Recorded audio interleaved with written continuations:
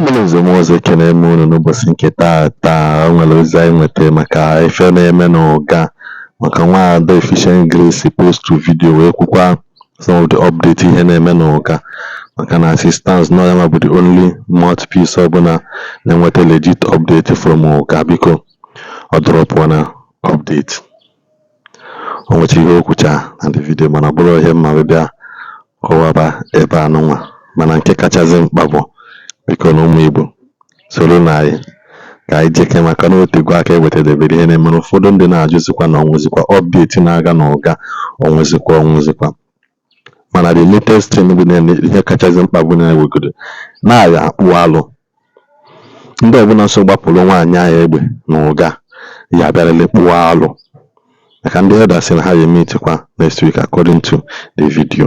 Biko nụ na-enekenenụ Efficient Grace ebe o si wee wetakwala ya update ihe na-eme n'ụga. Igwe ndị ọma njem ọnụ ya na the video kwunufu update maka case Mrs. Azuka Emene. I know a lot of people have been asking me what's going on. You know what is going on? The case is supposed to be continued and all of that, but what is as in ihe gbadoru the okwu esika? Because the last time we visited the Kultur, we found out that one of the people engineering nonso apart from ndị nke si ụga na o nwere onye ya na ndị family Mrs. Azuka nwere esemokwu mgbe gara aga. So and onye ụmụnna Mrs. Azuka.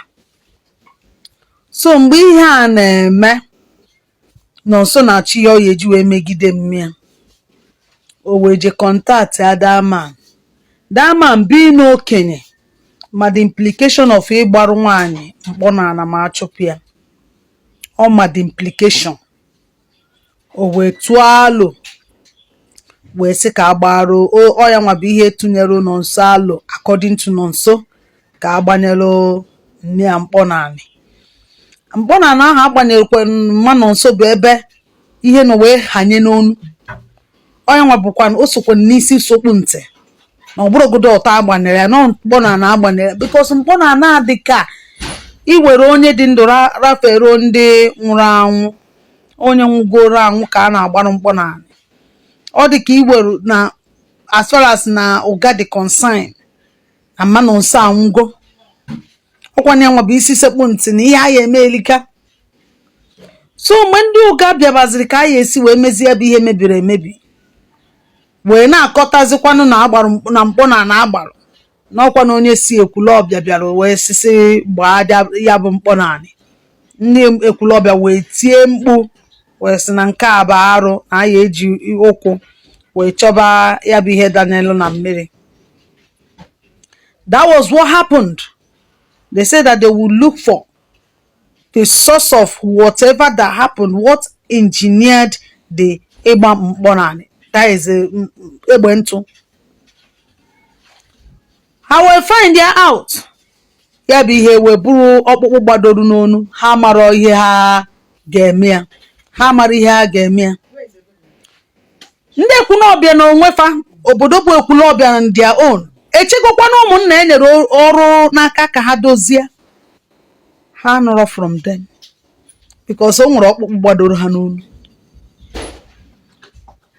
Ndị Ekwulọbịa ya bụ igwe Ekwulọbịa maka na ihe anụ ọgbakwaso ụga ka ọ gbadoro Ekwulọbịa gbado ụga ya ihe mere erika o siri ike. Ndị igwe Ekwulọbịa wee kpọwezie ụmụnna Azuka wee jụbafa ihe a danyere unu n'aka kedu ka o si ga, what is keeping it? Wee kọba nne ya gbagbutekwa nwa nnụnụ wee fe o nwekwara ka o si fanye ọ ya nwa bụ na enubere update ruo kịta. So aka na-ekpegodi internal injury ka e wee manụ ka esi ebido akpụ arụ maka na emerụ ka anyị ụga na-azọ onwe ha Ekwulọbịa na-azọ onwe ha maka egwu ojii a ghara igwuti ọfụma mgbe ọ ya ekpo ọ na-ekpo mba na mba. So onye nwa bụ ihe dị n'ihe a ịma a na-ekwu na mpụ na-eme n'obodo na-eme even till now nụbero m anything asị na governor of Anambra State maọbụ the wife of the governor kwuru ruo now. Why am I saying this? This is something that can bring intercommunal war, intercommunal conflict. And a state fails to be a state when it cannot protect the life and security of its people. That's what the law says. A state fails to be a state if it cannot protect the life and security of the people. Something as such happened, and everybody thinks it's normal. It's not. Let me tell you. You see this case, it's still ongoing. By Monday, Ekulobia people will still meet again. They want to trash everything. There is what we call positive peace and negative peace. Negative peace is when you have not trashed the source and the cause of a conflict. And you sit on that conflict with your oppression, with your power, with your might or whatsoever, without trashing the cause of it. Intimidation and all of that. That is negative peace. The day it will explode. But positive peace is when you have trashed the main cause of a particular problem. That peace tends to last longer. So in the case of Miss Azuka, Ekulobia people want to trash it from its root. Oga people want to trash it from its roots. That is why it's over 9 weeks this thing happened. That is what you're seeing and what is causing delay. And I have been following up all this while. But let's see how it goes. The man that engineered the shooting of the Ebentu has been, he was denying until the witnesses started rising against him and all of that. And remember, Oga people said everybody that needs to boaro in terms of this case, none will be exempted. Iwubuna aya akpo that arrow. Akpo sazie the arrow amaru ka esi.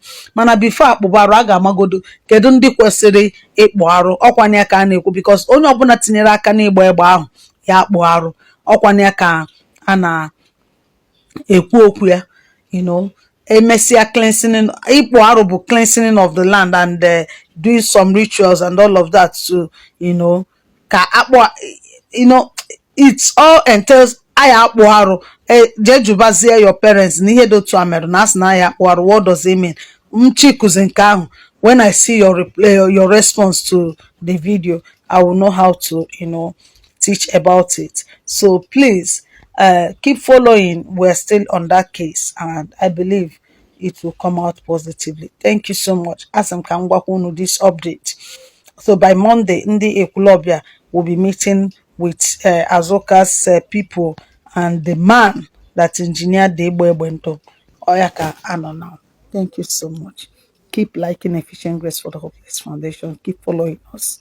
God bless you. Ekene nwoke kene nwa kene ihe na-emeli Igbo ha n'osi na-enecha anya vidio asị na nwanne na nwanne anaghị eso okwu mana ihe na-emezi n'ụga egonye ndị Ekulobia gosizikwa na ayabụzikwa ofu mana emelenu emenana ụzụ ọka ya na-akpọ ụzụ mana biko nụ sikaba ahụ ka edozie nya bụ okwu edozicha ya ime nya bụ nwatakịrị na ozu etewekwa n'aka enicha ya onye ọbụla abịa n'ụdị edozie maka na ihe anụnwa ihe abụkwa na nwere ndị ilo ka ezinụlọ na-eso okwu mana onye sịkwa na udo ama ndịle onye si n'ọkọ were ihe mere onye ọzọ wee na-acha anya n'obodo ajụ ihe ya na-akpụ ya ihu mana nke kachasị mkpa sị na onye ọbụla chepụtara okwu ya ezi ka ndị ilo ya amụ ezinụlọ ọbụla na-eso okwu kwesịrị ha baa n'ime ha edozie maka ndị ilo ya take advantage onye ọbụla ịma mgbe ahụ ịma mmazi na ilo dị n'ụlọ ka ị na-anọ ka nke dị n'ezi